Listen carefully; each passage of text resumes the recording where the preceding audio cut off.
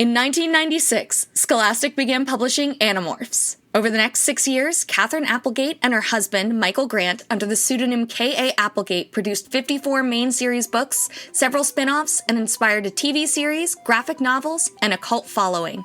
We can't tell you where we live. We can't even tell you our last names. But we can tell you our thoughts and feelings on this series, book by book. I'm Miranda. I'm Eddie. And I'm Chris. And we are... the Anidorks.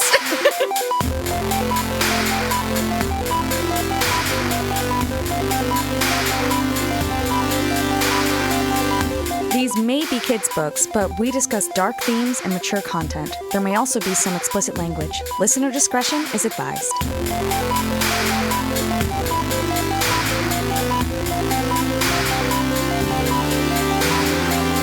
Are we doing rock, paper, scissors? Yeah, we can do rock, paper, scissors to see how we start. I'll press start on the timer. That's not voting. Okay. It could be. It is. 3 rocks starts us, okay? 2 scissors definitely starts us, and 1 paper starts us. Okay. But 2 papers, that's bad. Okay? Okay. Rock, paper, scissors, shoot. 2 scissors, we start. We're starting. We got Wait, it. I thought 3 rocks was starting. It also is, but starts. also 2 scissors is starting. Yeah, it's a 2 scissors is complicated... starting. It's a complicated system. There's a lot of room for error. All right, so you guys, we made the decision to start. I can now see why Eddie wanted us to do that. Is the book really called The Decision? It is. Yeah. That's insane. It doesn't make a lot of sense, if I'm honest. Doesn't make any sense. But I would like to talk about that. What is the decision? I think it's the decision to give up on your home world, grow, the decision to move on from your family and accept your chosen family. What do you think the decision is? I didn't feel like that decision was made, but I guess the decision does not have to refer to a decision that has already been made. It could be a decision that Axe will make in a later book. That's a big stretch. That's a big stretch. It's a big stretch. But in parentheses, I heard in an interview that it was actually originally called The Decision to Come. But then the decision to what? The decision to come. Eddie, on what? The decision that That's will be part in of the the I decision, understand. Chris. On what? I don't understand. They haven't decided yet. All right. Well, we got our gross humor out of the way for this episode. And that's it. I would like to explore this book in perhaps 6 sentences, wherein one person gives 3 of them another 1, and then another 2, but in a different order. Now, okay, before we do the sentences, I think that we should address the cheating that has happened. The cheating? The cheating. I'll say it. I was under the impression that the sentences were something that were improvised on the spot. Yeah, I just improvised mine earlier. That's the only difference. Okay, When you know, we know all day that we're gonna do it, so we're stewing on it a little bit. Yeah, I'm very honorable, and I refuse to think about it. I spend all of my mental energy not thinking about any effort beforehand. Yeah, we got that. All right. Well, if it's any consolation, you're going last. You have 1 sentence this time, so you got some time to think. You can even steal some of our ideas because ours are super descriptive and helpful. I didn't write mine. I think will ground people a lot. Miranda's just gonna riff hers. All right, I took it back. I might change mine in a game day decision. I don't know. Can I request time to think and poop? No. Do you want to stop? I think I might have to poop, actually. Right. I'm very sorry. We just started. Okay. I'm the worst. This is great. Miranda better gives me lots of time to write my 4 sentences for my 1 sentence. All right. And pause on humor. Pause on humor. And pause on humor. No more humor. I'm sorry, I'm laughing after the pause. And go. Yeah, I wasn't gone that long at all. And you know what I didn't do the entire time? Think about my 3 sentences. So, but unfortunately, my whole plan was to think about it while you were gone, and I forgot immediately. Yep. What do you know? Classic. Extemporaneous it is. So this is book 18, The Decision, and I have to think of a 3-sentence summary. Is this one of your sentences? No. All right. And I have to think of a 3-sentence summary. I'm just like I'm like framing it for myself. You know what I mean? I can pause the timer while you think if you want. I don't think that's necessary. Shall we consult the document though in the meantime and make sure we know exactly the order? Yeah, so Miranda's going to give 3 sentences first. Listed third. And then I'm going to give 2 sentences second. And then Eddie's going to give 1 sentence last. And you're getting that by looking at the document. The order is fixed. The order is fixed. We've always done it in the same order. The only information that can be conveyed here is number. All right. Okay. I see your argument, Miranda. Are you ready? You're making a great point without making a point. Let's go. This is amazing. In this book, Ax learns the value of exchanging money for goods and services, but also learns that one can barter work for money to exchange for goods and services, a concept which brings him closer to understanding that Andalites may not be perfect. This is crucial information. That's sentence 1. This is crucial information for him as after a botched mission, or not so botched mission as it may be, he winds up in a zero-space anomaly along with his Animorph friends after trying to get the DNA of a very important member of the Secret Service who's been put into a coma by a hit and run by probably Chapman, and whom Visser 3 intends to use to infiltrate the Secret Service. 3rd sentence. That scientific anomaly he finds himself in puts him back with the Andalites. And he is so overwhelmed, but he will quickly learn not all things are as they seem and be thrust into the middle of a war he did not expect and which he will not get to see the end result of. That's it. Very nice. Very nice. Can I ask Eddie, can you go second with the 1 sentence? Why? This time?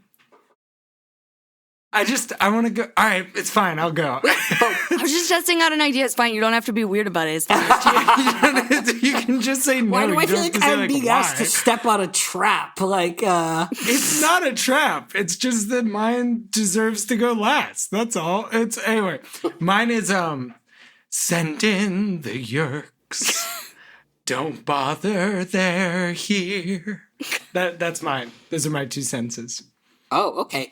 You know, what I love about this activity that we do is that as we discuss the book... I love that all of your sentences start... What I love about this activity we do...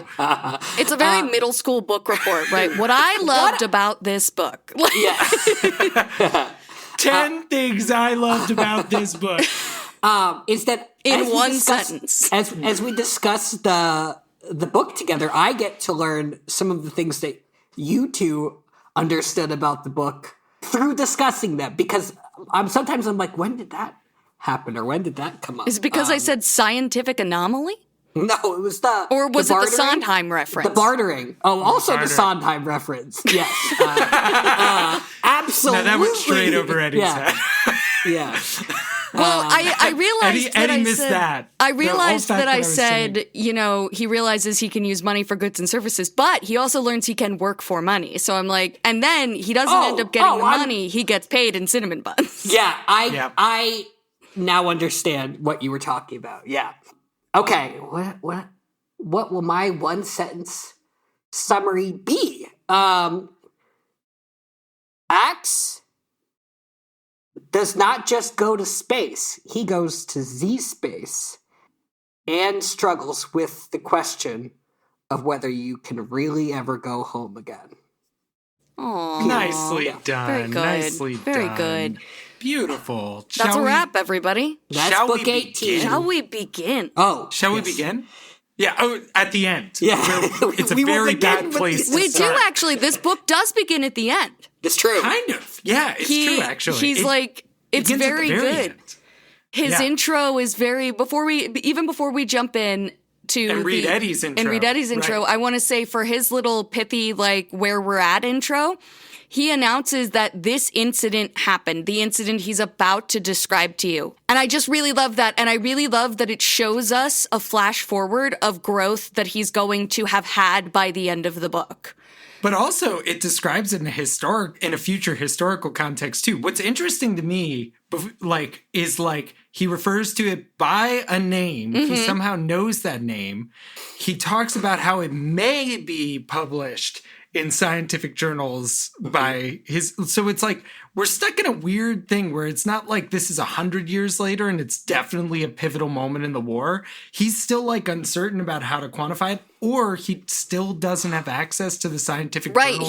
This might be a hint that he ends up cut off from Andalites forever. Exactly. Exactly. He also seems eager to write a book about humans for Andalite consumption at one point. That's what he's thinking during this book, but we don't know that he'll ever get that chance. My gut reaction is that they just wrote these right after the conclusion of the war, which does have some problems based on one major spoiler that I do know. Well, so they must have been writing them as they went. Spoiler. Yeah. Okay. But when's the best time to write a book about a war you've just experienced? Is it right after the war, or should you give it 10 years, do we think? Or are these freaking tribunals? Are these that's accounts true. that are being used? Maybe. Well, they're pretty zany for tribunals. They are I never read the Nuremberg transcripts. Yeah. But they're not children, presumably. Could have been a wild ride. When they write it. Let's read this. Let's move on. Can we talk before we read the description really quickly? Okay. How did we feel about book 18? Did we like Loved it? Loved it. I feel the same Loved way. it. Yeah. Yeah. I mean, every time we start one of these, I say it's my favorite book. And apparently my favorite Animorphs book is the one I just read. Yeah. No, they've been hitting it out of the park a couple books. As promised by our listeners. Promised. Yeah. It's true. By all of our intrepid listeners. Okay. Chapter 1. Axe approaches the clerk at the mall Cinnabon to ask her about a job. I will work for money, he explains. Money. I require money so that I may exchange it for delicious buns. I stole a loaf of buns. You robbed a house. I wish to perform labor. And to have you give me money. I saw Gay Miz last week, so the Les Mis is in there. The clerk can't give Axe a job, but she tells him that if he clears a few of the food court tables, she can give him some free food.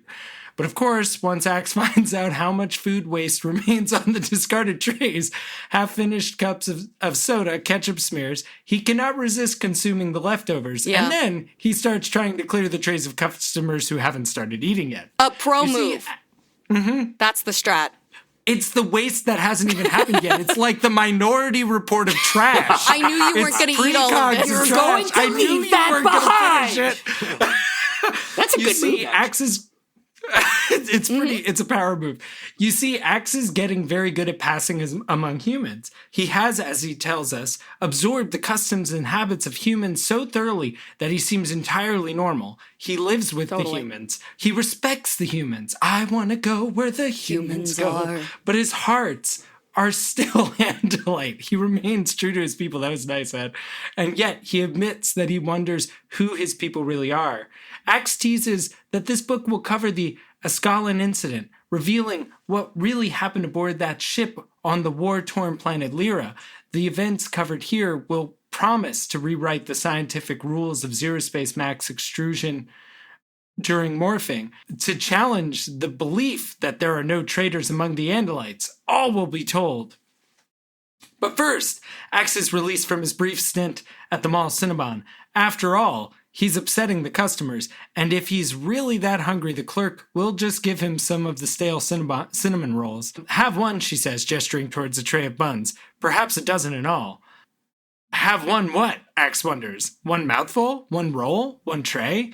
Language can be so slippery. And its laws are made of language. No one could blame poor Axe for the atrocity he was about to commit. Well, what makes you say atrocity? It's not enough. Well, he does get a tummy ache afterward. He does get a tummy ache afterward. He gets a tummy ache. There were paramedics. I wonder if he had to have a stomach pump. I don't know. Oh, yeah. But may I just first say, science! Science! We got science in this book. Honestly, So it much over-delivers on science. Okay. It does not, they don't let him explain the science nearly enough, for my opinion. Is that how they make the icing?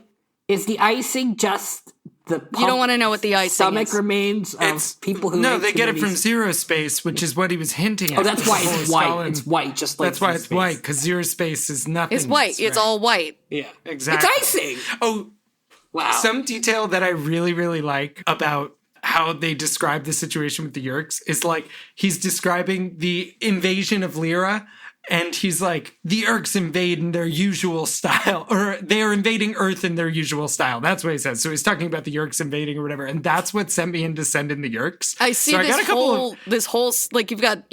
I got a couple of here, verses. Yeah, isn't it rich? Are we? Oh, let me pick a key. Isn't it rich?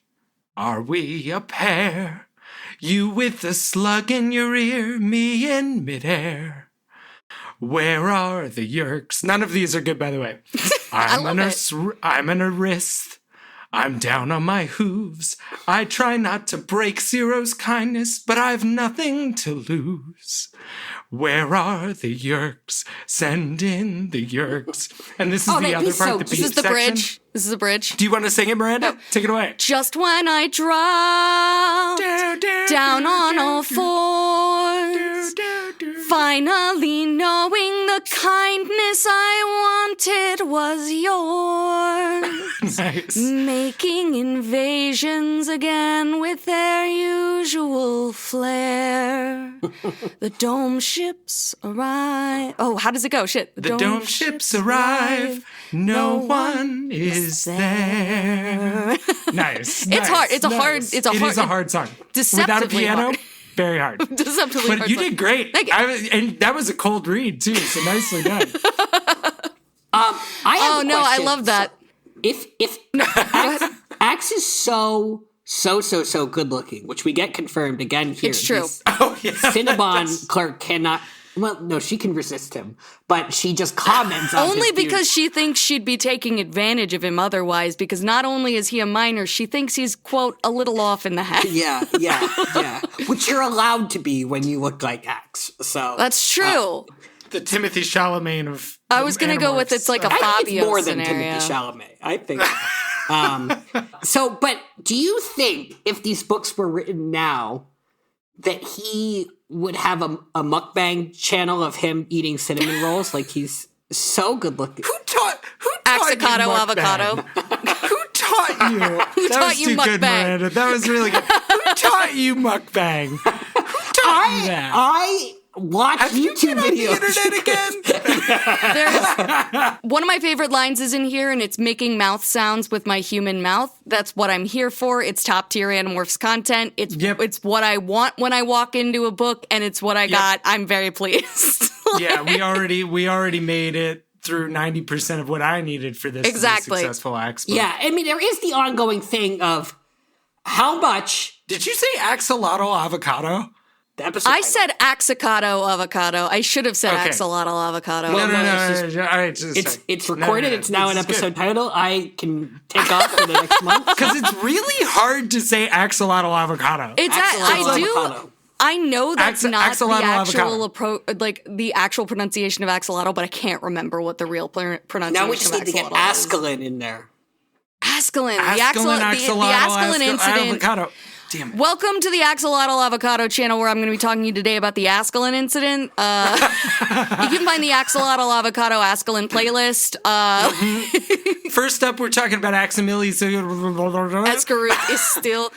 we I've go. been playing Lifeline. Anybody who wants to watch my stream, Mburb, and you can restore her health by doing tongue twisters. That's wild. Not It's Emberb's really health. I was thinking Emberb's Not health. Mburb's health. No, Rio's health. Actually, you kind of can't. You kind of can't. That's what I'm like. I get better when I do tongue twisters. All my friends are dead. Let's do tongue twisters. Okay. Unique New York. All right. Can I ask? Rubber baggy bubba. Fuck, I do it right on the show. We have the ass killing. I keep wanting to say ass the ass killing event. The event of killing of asses. We're just killing that ass. The ass killing incident. I'd have used a different preposition. Yeah. I'd have gone with no, up, it's a song. I think. Yeah. Wait, it's a ship, instead of right? two? Okay, Yeah. you know. Taking it. know. I'm quoting a song. Taking it to the beat. Oh. Da, da, da, da, da, da. It was on a Chuck E. Cheese game that we used to There play. is an It, like that Andalite- song on loop or whatever. Turn the beat around, talking about percussion. Oh, How did we get here? How did we- There's definitely a video. We're so over time already, guys. We're fucked. There's Sims definitely the a video Herbs that taking was it to the filmed on streets. that. Let's go on. Turn the beat around is Gloria Estefan. Let's move on. But ass killing on ass killing definitely exists. That's definitely in the Yeah. the Hollywood video. Is that where you got porn? Where did they get VHS porn? I think you could probably get porn at a lot of places that I wasn't allowed to get It was porn behind at. the beads. The beads. Oh, wait, what curtain. was the commercials? Hold on. There was the beads, but then there was also like... Excitement video. Oh, excitement video. Yeah, think and in it's the ads, time they to would talk go about... to excitement video. And the thing was, the prices were so good that as a kid, I didn't understand that it was adult movies. I was like, why are we going to Blockbuster? They're giving It's us such Have good you deals. heard about the $10 to get a movie or whatever, and then here it's like freaking 50 cents a title.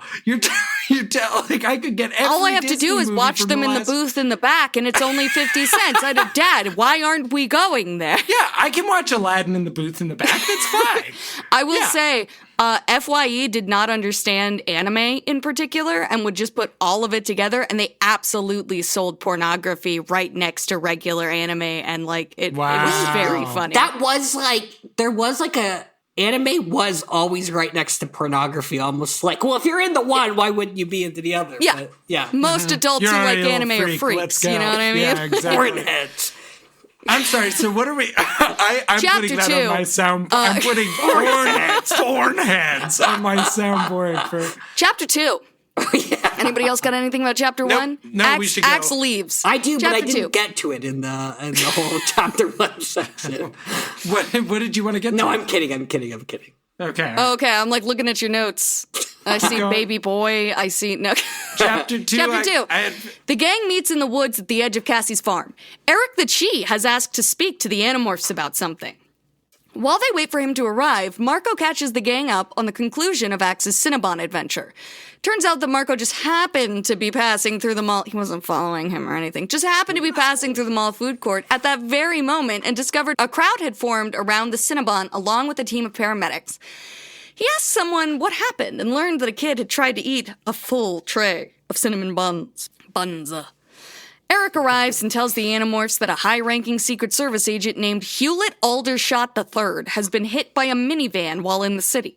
He's now being held at a local hospital in a coma, though no one else, not Hewlett's wife, not even his boss, Jane Carnegie, knows he's being held there. The strangest thing of all, the minivan that hit Hewlett belonged to none other than Chapman. The Animorphs are on the case.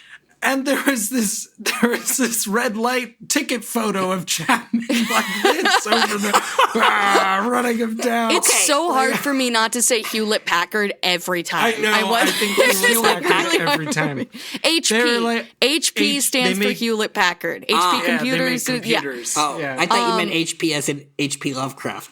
Hewlett No. Packard Lovecraft. Hewlett Packard Hewlett Lovecraft. Packard That's exactly Lovecraft. right. Okay, were we robbed? This book was amazing.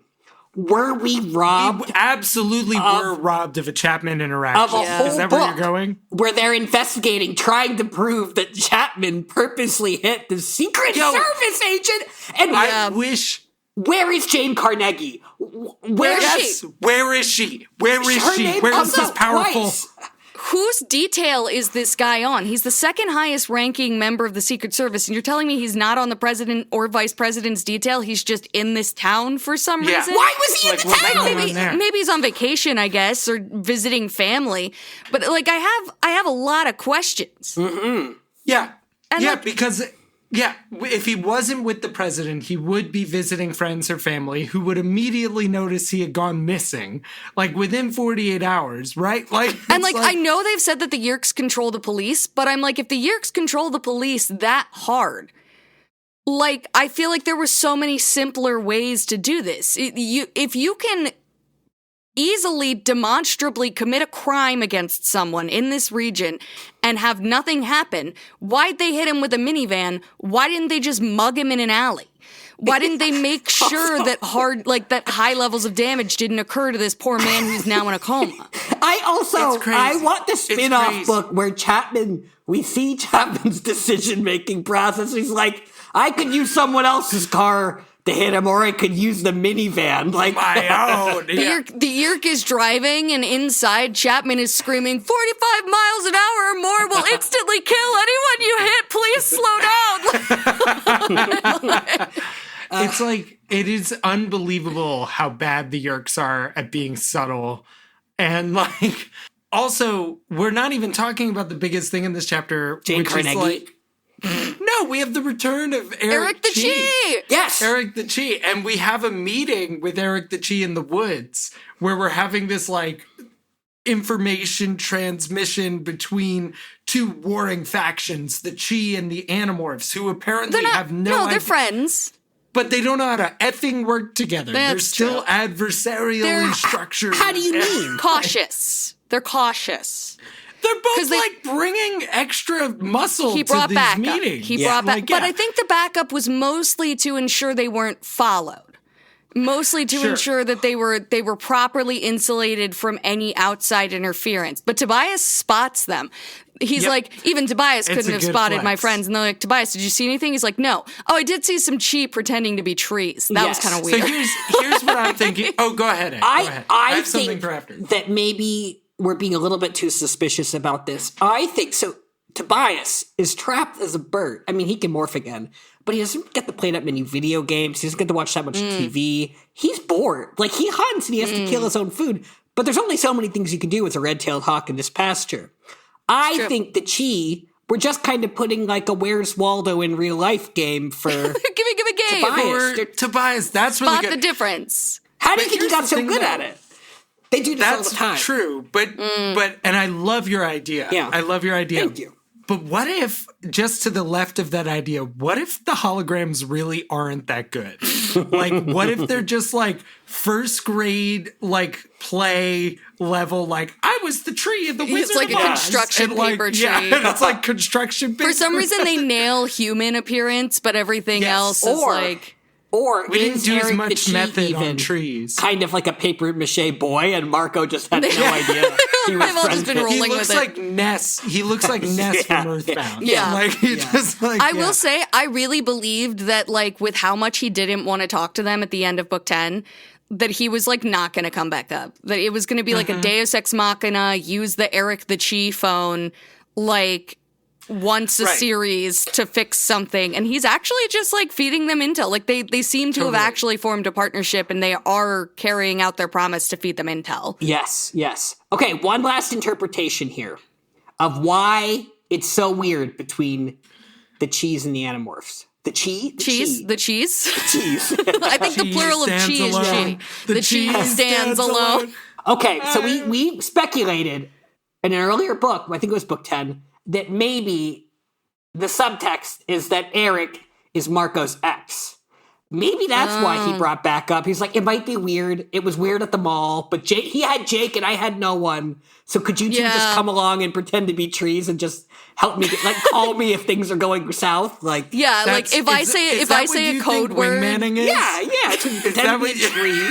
And no, it's like when I text you. No, it's like when I text my friend a special word, she calls me and I get to pretend it's a family emergency. Yes, exactly. So it's like if Eric says something in the conversation, one of them will go off. He's like, I'm sorry, I'm getting a transmission, but he could just pretend. And like, I don't know. But maybe he feels like they have to be there. And that very word is ass killing. Which they misheard as Askelin. Oh, no, that's a completely different plot point. Oh my God.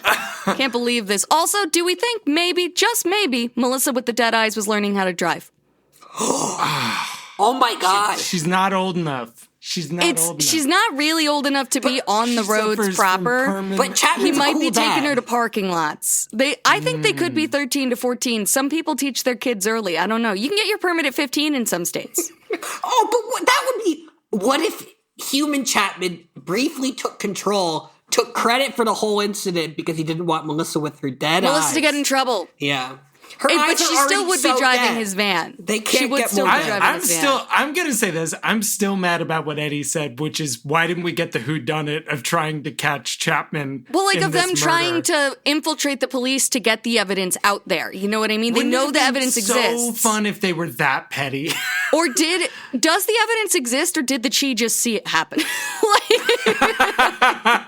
They have photos of it. They're tailing Chapman, so they saw it, but Book 18, Part 1. And 19 is actually Book 18, the decision to come. The decisioning. Yeah. On... Yes! What, Miranda? What? Damn it. All right, Chapter 3. Did we already get the answer? We did. We got the answer in another... There is a note here that says we can't let Miranda read this chapter because hoof tongue theory is out the window. I do want to mention that. Yeah, I had conveniently skipped over that. I didn't really want to talk about that. Wait, which one is that? At the beginning of chapter 2, toward the bottom of the page, absorbing grass through my hooves the way any sensible creature should. And the only other thing I want to highlight is he talks about them using humor, and Axe says, I think they have to resort to humor. It helps them deal with the embarrassment of being so wobbly on their two ridiculous legs. Which is especially good because it's humor on humor. Yeah, it's and like, it will continue. Nice... It will continue to be a thread a little bit, but it's always been a thread, and I love it. And that is why I feel so insecure. If I had a tail, who knows? Well, and 2 additional legs. Yeah, that's true. That'd help. Oh, and we should... Before we go to chapter 3, did I say in my note he's in a hospital he's being held in a hospital and it's a very yerked hospital. Yeah, thank you. Yeah. Heavily yerked hospital. Yes, heavily yerked. And as we'll learn, also, it's not the only thing going on in this hospital. Yeah, since we're just making a meal out of this chapter, I guess the howlers are just gone. Every time we mention the cheese, we're never going to mention. That's what they're doing. Well, the howlers and the Pemalites were the thing, and they said the Pemalites are gone. So I guess I don't know. I mean, I'm not saying the howlers were good people who we should continue. I think we should be worried about them though. If they're a threat, they seem like they could be a threat at any moment. Since Miranda caught my thing, it's there is mention of absorbing nutrients through hoofs in this chapter, and it talks not of chewing or French kissing any food. Mm-hmm. That's how I eat food. Like a dog lapping up water. Is that how you French kiss? What I imagine. There's a lot of tongue movement. Yeah. Have you ever seen, because they have to flick it forward and back. It's bucket. Science is a little confused by how dogs drink water. Also, the way that dogs lap up water is kind of similar to how, Chris, we imagine that the little passing of the food up the hoof. Yep. Yeah, that is how dog we thought tongues. It would work. They're just draping dog tongues. Yeah. A dog tongue bucket brigade up the arm of the leg. Up the leg. Yeah. Like Fantasia. I gotta go. I'm on the second floor now, which means I can safely defenestra myself. And never have to hear about this again. Chapter 3. Axe, Marco, and Rachel fly in seagull morph to Hewlett's third-floor hospital window. It's their second shift of the day, watching to see if anything unusual happens in Hewlett's room, when all of a sudden, Visser 3 enters in his human morph, along with 2 human doctors. Rachel goes to alert Jake, Cassie, and Tobias, while Axe and Marco pay close attention as Visser 3 demorphs to his Andalite form. Something about that gives Peeping Tom.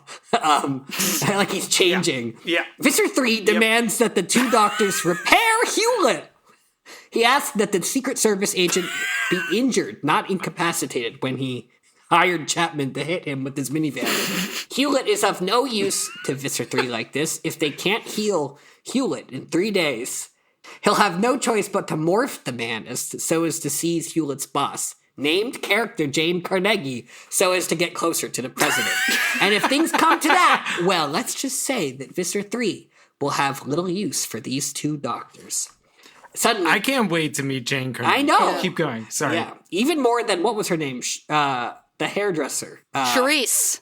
Suddenly, Visser 3 focuses one of his stock eyes on the window, exactly on Axe. Then the second Axe begins to have a very bad feeling. So, may I just start with a simple thought? Sure. I am so tired of these children thinking they're not acting suspiciously. I want for once them to say, we're acting pretty suspiciously. And I understand that they're very young. They're young children and they don't know what normal is. But my fucking Seagulls, God. Like, you could see a seagull anywhere and it wouldn't be that out of place. But to not true. constantly have a bathroom, rotation of seagulls, that's true.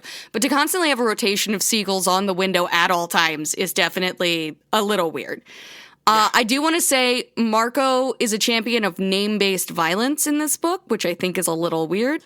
He's like, maybe Chapman just hit him because he couldn't stand his name. Maybe he just doesn't want to live with that name in the world anymore. But he's the third, so there's more. It's giving that there's a backstory there. That, right? Like, somehow this person worked with his dad in the military before moving up in rank or something. Yeah. Also, I want to point out Jake and Cassie, or at least Jake, engineered the shifts so Jake and Cassie would be alone on their shift. Yeah. So gay. It's pretty so gross. Gay. Incredibly gay. And we support that here, but come on. only to give your limits. friends a chance to be gay too. That's all I'm saying. Speaking of that, did Rachel leave Marco and Axe alone on the windowsill because maybe she felt like she was third wheeling? I don't know. Maybe. That's true. Marco's got to be like a perma third wheel. Like, that's like his deal. Yeah. That's what he signed up for. He's looking for a thruple. He's down to couple. I don't know. I don't know. That doesn't work. Bubble? Rhyming with thruple is hard. Couple? Thruple? Bubble's pretty cute. Couple is but those are all antithetical to your goal of thrupling. Scrupple? You can't, couple. Scrabble? No. Well, no, I don't think spend there's the rest anything. of our time with I this think you could do it with chapter. I don't think there's any other voiceless, like there's no double you could P do it like with that. an identity. Like you could do it with two words. Like Kerfuffle. Pup will or kerfuffle. Like trouble. I'm just a little pup. But it's a near rhyme. It's a near rhyme, not a perfect definitely rhyme. A slant. Yeah. Definitely a slant. Yeah. All right. Back to the book already. I really love Visser 3 not having, like, I like to believe that Visser 3 was like, hit him with a minivan, and then it's like, what do you mean he's too damaged? Like, I think you actually nailed it.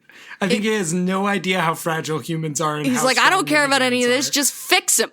Just fix that. I can just morph and fix myself. Put them back Fix together. it.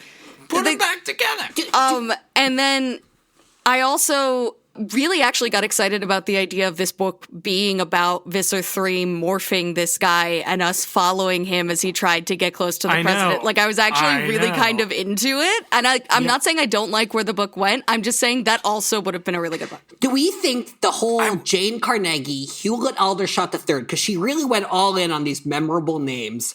This has to be, did somebody win a prize? Or did she hate somebody? Was Hewlett Aldershot III her landlord? Yeah. Or is Hewlett Aldershot like an anagram or something for a puzzle that leads to a map that leads to... It's definitely like an ARG. intentional... The Animorphs did the first ever ARG. Animorphs roll game. I feel like... I don't know what an ARG is. They were just investing Augmented reality. They were investing in... Crypto? Trying to create this misdirect of where the book was going. Like, I feel like they put these, like, named characters in so that it would just be... Oh my God, Eddie, is your drag name Misdirect? Yeah. Is that what it is? It'll go on the But I will say... You can cut that for the episode. If these things could be important later. We don't know. They have been pretty good about that, but not always. Like, Eileen Jane the Minor Carnegie, Human... I don't think is coming back again. That's such an American name. Like, that's so, like, oh my God, the leader of the Secret Service is Jane Carnegie. She's also a woman. It's such a... In the 90s. Yeah. You know she's got, like, a power suit and, like, a hardline bob stacked in the back. I think that Jane Carnegie and Marco's mom shop at the same store. right? Like they have the same. Hell yeah, dude! Style It's Girl Boss. It's the store is called Girl Bosses Anonymous, and you can go in as a girl boss and leave as a girl boss, and that's the slogan. It says Girl Bosses Anonymous. Go in as a girl boss, leave as a girl boss. Yep. You have to go back in time and open this store, Chris, I think. Yeah. I could clean. You could do it now.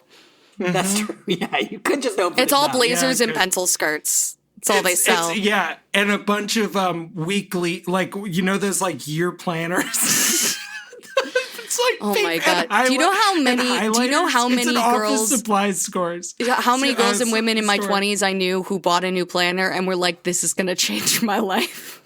I mean, I've done that in the last 2 years. So. I think I knew two total who actually really lived and died by their planners. And I was like, how long have you been doing this? And they were like, forever. I've been doing it since high school. You really want to make sure your enemies terrifying. don't realize that you're going to die by your planner. That's though, right. They can start scheming. They can get to scheme. If I told you how much I spent, I mean, I think we've actually talked about this on an episode before, on my last planner, thinking if I spend more, that classic thing where I'm like, if I spend more, you won't waste it. Yeah, you'll feel too bad to waste it. And you know, but it never works. It literally never works. It's a preemptive sunk cost fallacy. It never works for me. It never works for me. Yeah. Maybe I just like I have made that more. same exact mistake. I literally bought a Trapper Keeper to keep track of my charts for like the things that like musical charts that I'm like taking to things. It's just collecting. Are Trapper Keepers still a thing? Yeah. What is the difference between a Trapper Keeper and like a file folder? It's the same thing. Okay. But it's got it's a three ring. It's a three ring binder. That's a Trapper Keeper? Oh. That's what I thought a Trapper Keeper was. Is it just a binder then? Well, see, but in West Philly, binder is used for other meanings. Is that why they differentiated? You literally, that is why I started saying Trapper Keeper, because I was telling people Trapper Keeper is a like brand this, of loose leaf binder. There you go, baby. But that's loose I'm very leaf. brand loyal. It featured sliding plastic rings instead of standard snap closed metal binder rings, folders, and pockets. So, all right, fuck off. It's just a binder then. But it's just a 3-ring binder. But when I said to my friends that I had just gotten a 3-ring binder, they were like, why would you need one of those? And I was like, I think you misunderstood what I said. Chapter 4? Like, that actually happened. Chapter 4. This is a wild episode. Yes. The energy of this episode is insane. It's because of the title, the decision. It's because of the title of this. All right, chapter 4, here we go. All right. Ax and Marco are unsettled by the way Visser 3 was looking at them. Through the window, that's what upset him. He was like, if you're going to look at me, don't have glass there. It sure looked like the Visser had clocked them, but instead of investigating, he just walked out of the hospital room. Jake tells them to play it cool. Then, out of nowhere, something comes crashing through the window. And Jake's like, play it cool, play it cool. Knocking Seagull, Marco to the ground 3 floors below. A kafit bird, a creature from the Andalite homeworld? It had to be Visser 3 and Morph, Ax thinks, but how, Ax wonders? Wouldn't that have required Visser 3 to visit the Andalite planet? Ax still in Seagull Smurf. Seagull Smurf. I got the laughs now. I'm sorry, you guys. Ax, still in Seagull Morph, is pursued by the city, through the city by the Visser. He's especially vulnerable in this form because the kafit bird preys upon small creatures just like seagulls. Ax tries to lose kafit Visser by flying through the arches of the McDonald's sign, but Ax clips his wing and falls to the roof of the restaurant instead. Visser 3 follows, and they both demorph and do a West Side Story kind of duel thing. In their Andalite forms, Ax challenges the Visser to tail-to-tail combat. He notices the evil in Visser 3's eyes as well as something unexpected. Fear. Pretty cool. It's a cool chapter. I will say I think there's a pretty big hole in Ax's logic, which is that wouldn't Visser 3 inherit Alarin's morphs? And in Andalite Chronicles, we were told the kafit bird is one of the 2 morphs that you get offered in grade school. Every Aristh learns. Yep. Uh-huh. So, like, I understand the visceral reaction, if you will, to seeing... Visceral. I was just somewhere he's making a note him, of that. Visceral. Seeing him morph something from the homeworld, but, like, I don't get why he immediately jumped to this, and will continue to jump to this idea that it means for sure that he had to have been to the Andalite homeworld. I don't think it makes a lot of sense. These people seem way too comfortable with the idea of a mutant bird flying through the sky. They just go with it and are like, I'm rooting for the seagull because that bird is weird. Like, yeah, it's kind of a Simpsons reference That's what it felt like. In a weird way. Simpsons mutated fish. That's what it is. It's Blinky. Blinky, the mutated fish who's found in the water around the power plant, nuclear power plant. He's just considered a very normal character. Is it possible? Because Miranda, I kept thinking the same thing the whole book, and if I remember right, it doesn't actually ever get confirmed. Can we just take this, even if it makes no sense? Can we just take it as a sign of Axe's paranoia or like his kind of instability with his like feelings about losing his homeworld and like the fact that he has no control over defending it? Could it be that he's actually just reading too much into it? But I couldn't tell if it was that or if it was just them forgetting that they already established this lore. So if I were to play Miranda, who often comes up with the reasons why things can work in the canon, and I think that that's a beautiful thing, and I'm not as good at it as Miranda is, but my thoughts are that could be true of Axe's generation specifically, that they were offered, that maybe morphing technology is not as old as we take it to be. We associate it with Andalites. But if it were an older technology, wouldn't we expect other creatures to have come up with it? Like maybe they only have a slight edge in the galaxy because they recently came up. So what I'm saying is Zalaran might not have gone through a grade school where you got a TI calculator. Okay. Schooled. He came up in the public schools, but they didn't have digital calculators. They didn't have it yet. They didn't have computer life. The only thing I would throw in is that it was Elfangor who said that, but Alaran is still older than Elfangor, so it's Elfangor and Axe are really mild in gap, right? Like it's like 10 years maybe in gap. Yeah, but that's close. At least in human years, that's close to a generation's difference, so that's hard to... And Alaran gave generation. Wait. It's not a generation of one family, though. Wait, but... Like... Elfangor is a young adult bordering on adult, like older teenager is kind of what we had him pegged as in Andalite Chronicles, and Axe isn't born yet. So he's closer to like 20 years older than Axe. And then that would put Alaran even higher. Even higher. So that is possible. That is possible. And it's worth noting that this is as far as we know, the only time a Yeerk has ever successfully infiltrated an Andalite. So we don't know for sure. It's reasonable. Like, to me, it seems reasonable to assume that he would keep the morphs of the Andalite. But we don't actually know how their like biologies would synthesize and if that would be a thing. Oh, I like that. I like that reasoning. But I think to me that feels like a stretch. Like the idea that it wipes the slate clean for some reason. Like it would be one thing if it was acquiring a morph, but it's just the Yeerk infesting you. I agree, because once the Yeerk gets in there, it doesn't make a ton of sense. Experience running the technology. You could say that and maybe the DNA is still there.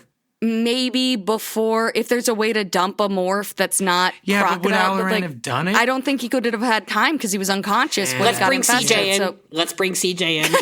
We'll bring CJ in. I think the most likely thing is Axe isn't sure how it works, isn't sure if he would have it, and jumps to the most horrifying conclusion rather than... And this gets explored more in Chapter 5. Should we just go into Chapter 5 and kind of... I think we should... does everything cool happen with their standoff on the McDonald's happen in Chapter 5? I think so. Yeah? I thought so. Yeah.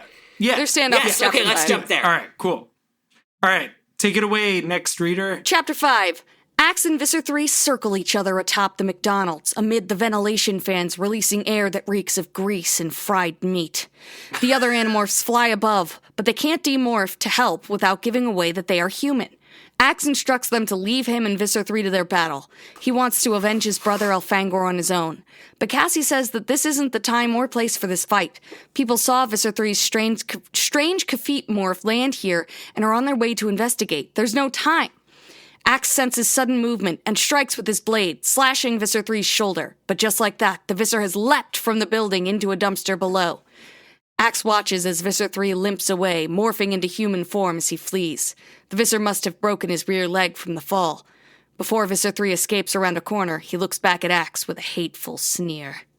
So if Cassie had played more like Tekken, Mortal Kombat, I think that she would know the roof of a McDonald's is exactly the time and place for a one-on-one battle. I'm pretty sure he won on a ring out, actually. I'm pretty sure this is a ring out. Yeah, he did win. He was self-ring. Yeah, you're totally right. I think so far it's... Eddie, that's a really good joke. It is. One to Axe, 0 to Visser 3. I guess it's a best of 3, so they fight again and Axe wins. He's donezo. Yeah. It's true. You know you There's could two more rounds. Smash the head, and you can maybe pick up one of those ventilation fans and clonk the other person with that. And eventually you could break through the McDonald's roof into the actual restaurant. Hell in a Cell. Yeah, absolutely. Then you can probably shove him in the fryer. That'd be exciting. Why? We get so descriptive, and I love it. But the thing about the fried meat and grease, that is actual scene setting. Like, I think K.A. climbed up on top of a McDonald's to... She did. Or maybe she just lived really close to a McDonald's. Applegate. Yeah. We're going to, Which, Applegate, we should probably look for an Applebee's sponsor for that podcast, right? Yeah. All right. Chris, you have the phone, the landline we set up that only she can access. Yeah. Has it rung Yeah, at all? it hasn't rung yet. No? It rang a couple times, and it was you testing it unexpectedly at 3 a.m. You sounded drunk. Oh, I was pretending to be K.A. I was trying to make sure you're prepared. Sorry about that. Okay. Yeah. Sorry. All right, yeah. Okay, cool. Yeah. No, it works. God, I want to get a landline. We were at a friend's house, and they had a landline with one of those old clear plastic see-through phones from the 90s. Oh, man. And I was like, oh, my God. Oh, my God. I learned the word for answering machine in Japanese recently, and I don't know if it applies to like your cell phone answering machine because I'm like, are you teaching me a word that's completely antiquated? Do people even have these anymore? Sure. But it's a great word. It's a house-sitting phone. Say it in the thing. Dusiban denwa? There we go. And that goes on the soundboard. Dusiban denwa. We're going to have so many good Dusiban prank denwa. phone calls with all of these, with the soundboard. I love that for the first time in this fucking series, we have seen Visser 3 scared. Yeah. Wait, whoa. Didn't we see him scared just last book?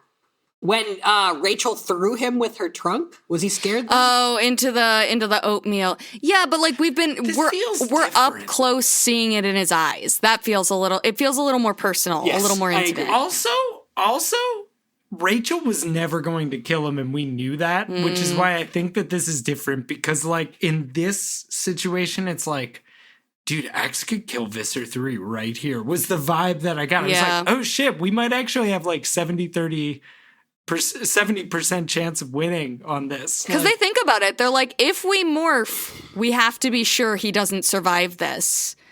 Mm-hmm. And, like, I think they could have done it.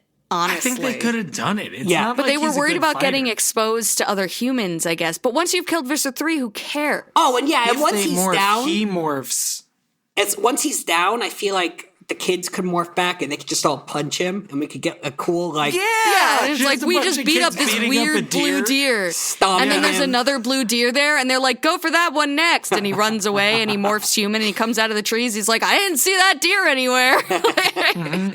I think, like, if they had, the thing is like, there should be no assumption this was an honorable thing, right? Like, but you know, yeah, Axe is still on that. He would want it to be. He's still, Totally. yeah. I was a little confused. Is the trap that Visser 3 walks into the fact that he thinks there are 6 Andalites here, but there's actually 1? Like, he doesn't know. He thinks that 5 more Andalites could show up at any moment, right? I think so. I think the trap think is just the that he's trap is outnumbered. that he's a freaking idiot.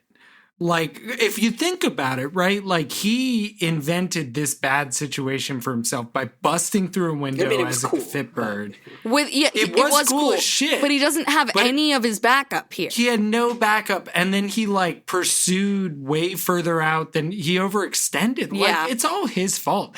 They didn't have some master trap where they were going to sit as seagulls. Yeah, on the they window. didn't know that they were going to be able to loop through the McDonald's arches, which brilliant use of the McDonald's arches. Yes, I understand. They're sharper than we realize. I understood that they weren't actually trapping him, but Axe mentioned that Visser 3 was perceiving it as a trap, and I wasn't sure what the perceived trap was. But yeah, okay. I think the perceiving of the trap was that they were walking in, and like while he does have the muscle memory and like all the memories of Alarin, the Andalite warrior, he is like an older Andalite, and he is like, he hasn't fought tail to tail in a long time. Back to Eddie's metaphor about Tekken, it's like when you're playing someone who's good at the game and you're like, I'll look at the controller at the arcade and read the combos and surely I can do them fast enough to win.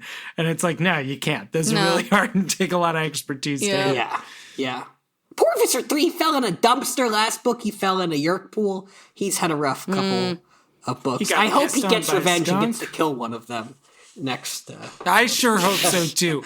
In our musical, I think we originally had a song between like about Axe singing about like I have no mouth but I must sing. Yes. I think it's I have no mouth but I must eat. You know, like, do you hear the people chewing the songs of angry men? This is the music of anyway. When the chewing of your their heart hearts matches the chewing of the drums. This is a night about to start at the Cinnabon.